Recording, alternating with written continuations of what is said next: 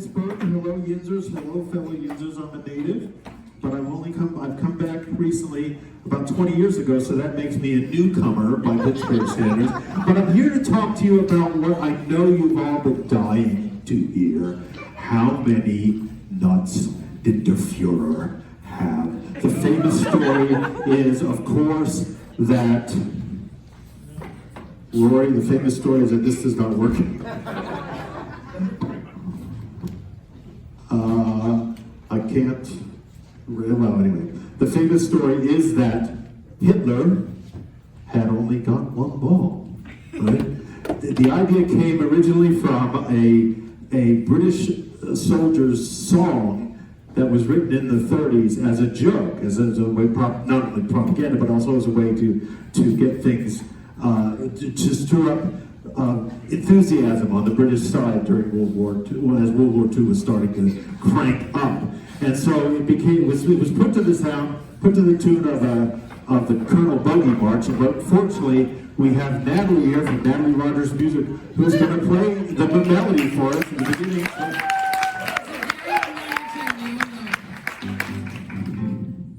If you know it, sing along.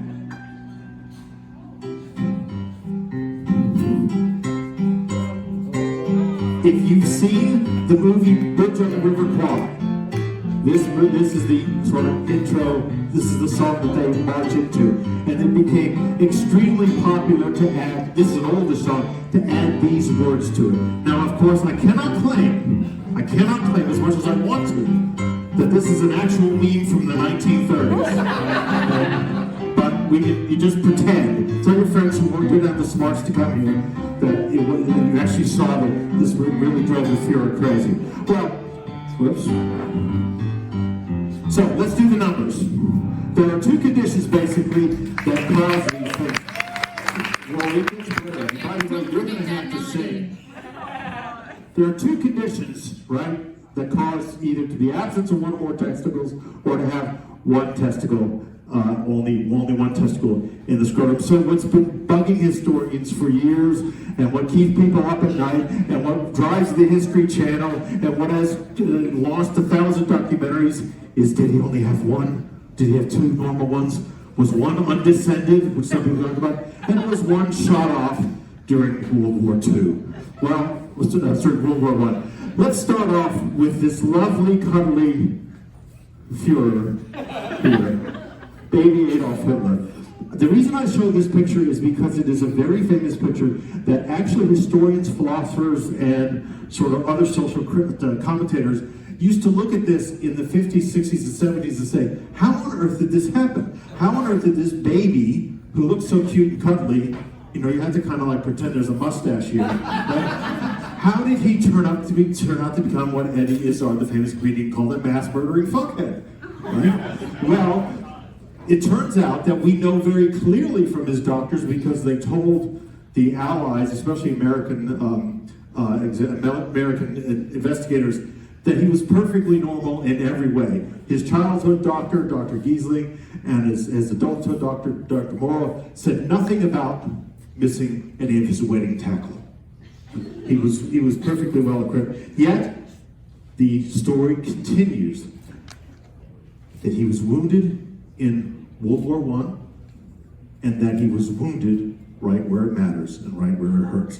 The official story was Hitler was wounded in the left thigh. Now, this is the official story that is based on, I don't know, thousands of pieces of documentary evidence, medical records, medical exams, and all, I don't know, Professor Nash will know what I'm talking about, perhaps the most famous modern German historians of all time, right? And people like me. On the other hand, did he take one in the nuts? Well, we have Team Thigh and we have Team Nuts. So who's on Team Nuts? This is what drives people crazy. Team Nuts, the story starts, there was this German army medic named Johann Jambor, who confessed his one-ball theory to a local priest. Well after the war, years after the war. I treated Hitler only had one ball, we're going to do very small, the whole thing, right? And the priest, but the priest never wrote any of this down. The priest actually exists. We don't know if this guy exists. This guy existed. But then he told it to somebody else, and they told two friends, and so on and so on. Or maybe I should say they told one friend. Get it? So eventually, it gets. So there's no documentation for this at all. Right? Eventually, it gets published in a Polish newspaper, and on very slow news days in 2008. It became viral through two things. A newspaper called The Sun, it's a British tabloid. And are there any British people in the audience? Anybody been to Britain? Yeah. Okay, well, if you know British tabloids, they are absolutely awful. But they love this kind of crap, right? So they latch onto it immediately. The song was true, right? We have the guy who examined him, the medic who examined him, saying that, yes, he had his wedding tackle cut in half by a World War I shell to the midsection. Okay, there's no evidence, no real evidence. But then it doesn't stop, because there has to be. This story is so strong. There have to be other incidences in which Hitler had been examined by doctors. Okay, so some of you may know that Hitler and a bunch of other early Naslings. Participated in something called the Beer Hall Putsch, right, in 1923. It was an attempted coup, and it failed, and they were hauled in front of a court and tried. And Hitler was thrown in the slammer being known as Landsberg prison, and he stayed there for, I think, 9 months. Among other things, he dictated large parts of Mein Kampf to a couple of friends of his. He didn't dictate a book called My Missing Ball or anything like that. And again, just like this story of the Polish medic, the German medic who's told to a Polish priest, presumably he told a priest in confession, the priest wasn't supposed to say this, but he leaked it to a journalist. Another journalist in 2015, 2016, got the records from Landsberg prison, which said, among other things, Adolf Hitler brought on 21st of April, 1924, good health and medium strength, right? And then his height and weight, 175 centimeters, 75 kilos. Then there's this scribble, the later entry, which is supposed to say over here that Hitler was, shall we say, one-sided. Right? The problem with this is, it doesn't say that. It's you know how doctors' writing is.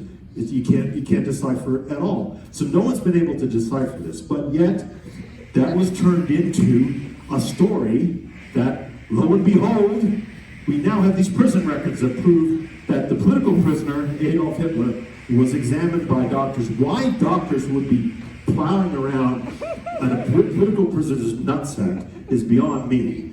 But anyway, this was put as proof, and this went viral in 2015, 2016. The idea was that, again, the song was true. Is that an amazing coincidence? All these British Tommies and jokesters knew that Hitler only had one ball, and now we have proof. Of course, no reputable historian buys this because it's not true. But then it gets even sloppier, right? If this wasn't sophomoric enough and dirty enough, we have, of course, the famous episode in the bunker. 1945, the war is ending. This is obviously from the movie Downfall. You all know that from the YouTube parodies, right? Hitler kills and shoots his wife. Hitler and Ron both commit suicide. It's widely reported that Hitler is dead. His bunker is not only attacked by the Allies, especially the Soviets, but it's bombed very, very heavily from the outside. And Hitler had instructed that when he and Ava did the dirty, that their bodies be doused in gasoline and set on fire. And that's what happened. Now, the Soviets later made this sort of reconstruction to make it look like it was a lot more orderly than it was, but it certainly wasn't. The only thing that remained were two dental bridges after that, the fire that burned their bodies beyond recognition. examination. Now, there were lots of other people who died in this bunker as well, right? Because it was continually bombed. And so all the remains were mixed up, and it was just basically mush. However, another nut job, see what I did there? Stalin wanted more information about Hitler's, shall we say, capacities. And he insisted that Soviet physicians examine and perform autopsies on the remains from Hitler's bunker. And later on, the Soviet doctors say, well, after Stalin died, they say, there was nothing to examine. All that was left were those 2 dental bridges. That's the only place the number 2 comes in on this examination at all. But because Uncle Joe wanted what Uncle Joe wanted, and Uncle Joe got what Uncle Joe got, they told him that Hitler's skull was found with no bullet holes, that he died by self-administered cyanide, and that, of course, he only had 1 ball. This flew around sort of, shall we say, what would have passed for internet circles in the 60s and 70s, and people really, some experts started to believe it. And then what happens is in the 60s and 70s especially, people start to ask, could there be anything to this missing a ball that explains Hitler's mania? The problem is, of course, there isn't. The whole thing about this, you notice one of the problems with the history business is when they start repeating themselves in form. So it's always there's this vague story and no documentation, but it's printed by a journalist, and then British newspapers say, oh, great, that song's true, and we can sell some more newspapers. So they sell some more newspapers. So there's no good, reliable evidence ever produced to back up the stories that Hitler was a nutless wonder. The stories, again, they appear every 10 years or so, and they're irresistible to the media because of the rumors and because of the fame of the song. Okay, so it's history sort of working backwards. The stories write themselves, and they're just too juicy to avoid. Reputable historians who, by the way, like Ian Kirsch I mentioned a minute ago, have finally got so sick of hearing this crap that they got out of Hitler studies. Right? The people who just, they had to hire reams of assistants to handle phone calls from British tabloids saying, Professor Kershaw, is it true that Hitler was sort of light in the underwear? Now, but it gets even worse than that. And this is where psychiatrists and psychologists really get angry. There is absolutely no evidence that either of these conditions leads to psychological or behavioral problems. Many people have these conditions. I'm not going to tell you whether I do or not. But Lance Armstrong, if you remember, sort of had enforced blindness when he lost one of his testicles to cancer. And they're listed, if you're really, really, truly disturbed in the head, look this up on Wikipedia and it shows you a list of prominent people. None of them approach Hitler's sort of mania. And as the scholar who's done the best work on this, I think Ron Rosenbaum said, we live in a much more dangerous world if all monarchic youths grew up to be Hitler.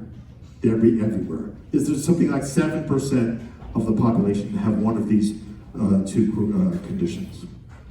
More importantly, this is where historians especially have grown up since the 70s, or improved since the 70s. There was a sort of fashion for psychoanalyzing the past, fashion for psychoanalyzing Genghis Khan and all these bad people from the past. It's all sort of psychobabble. Okay? But the problem is, there seems to be this human tendency that we want to relieve ourselves of the burden of trying to understand human brutality. Okay?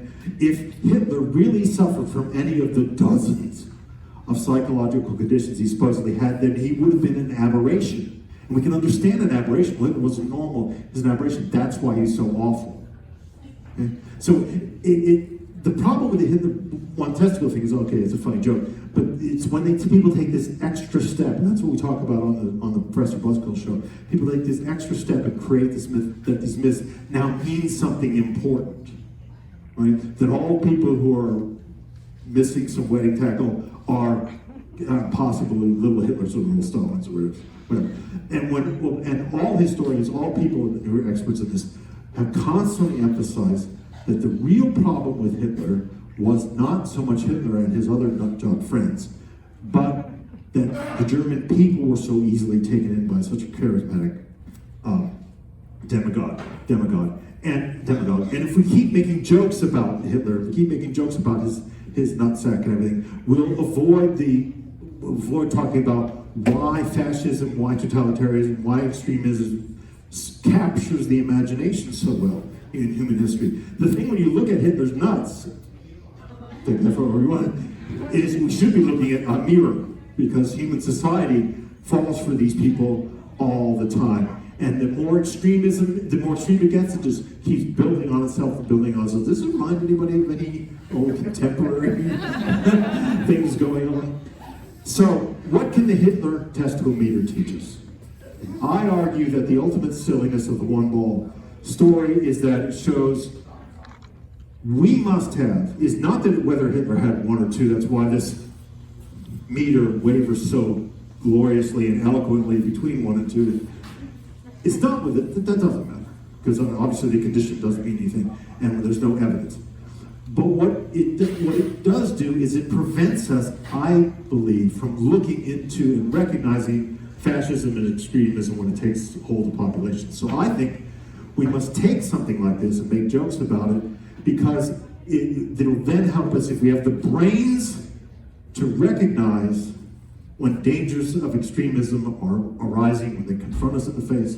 We know that that's happening, and now we can insist that as a society, we have the nerve, we have the backbone, we have the onions, we have the balls, we have the testes, we have the prairie oysters, we have der Hoden in Germany to stop it before it gets to be too popular. So, let's sing. This requires all audience participation. All audience participation. Can you see the lyrics? We'll start slow for the first stanza too. Ready?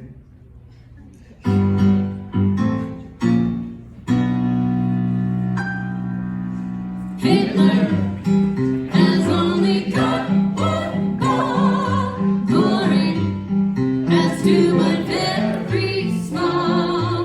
Hitler is rather similar, but poor old Goebbels has no balls at all. Oh, this was lame. You gotta do better than that. Goodness sake. All right, verse Come on. Wow, stanza give 2. millions of try.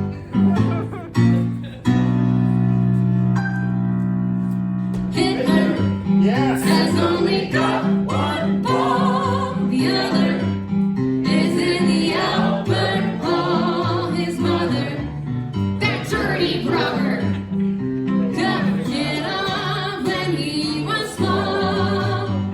She threw it into the coconut tree. It fell into the deep blue sea. The fishes got out their dishes. I don't hear you. And a skeleton ball exportee. Master Hitler has only got one ball, going as to but very small. Hitler is rather similar, but poor old Goebbels has no balls at all.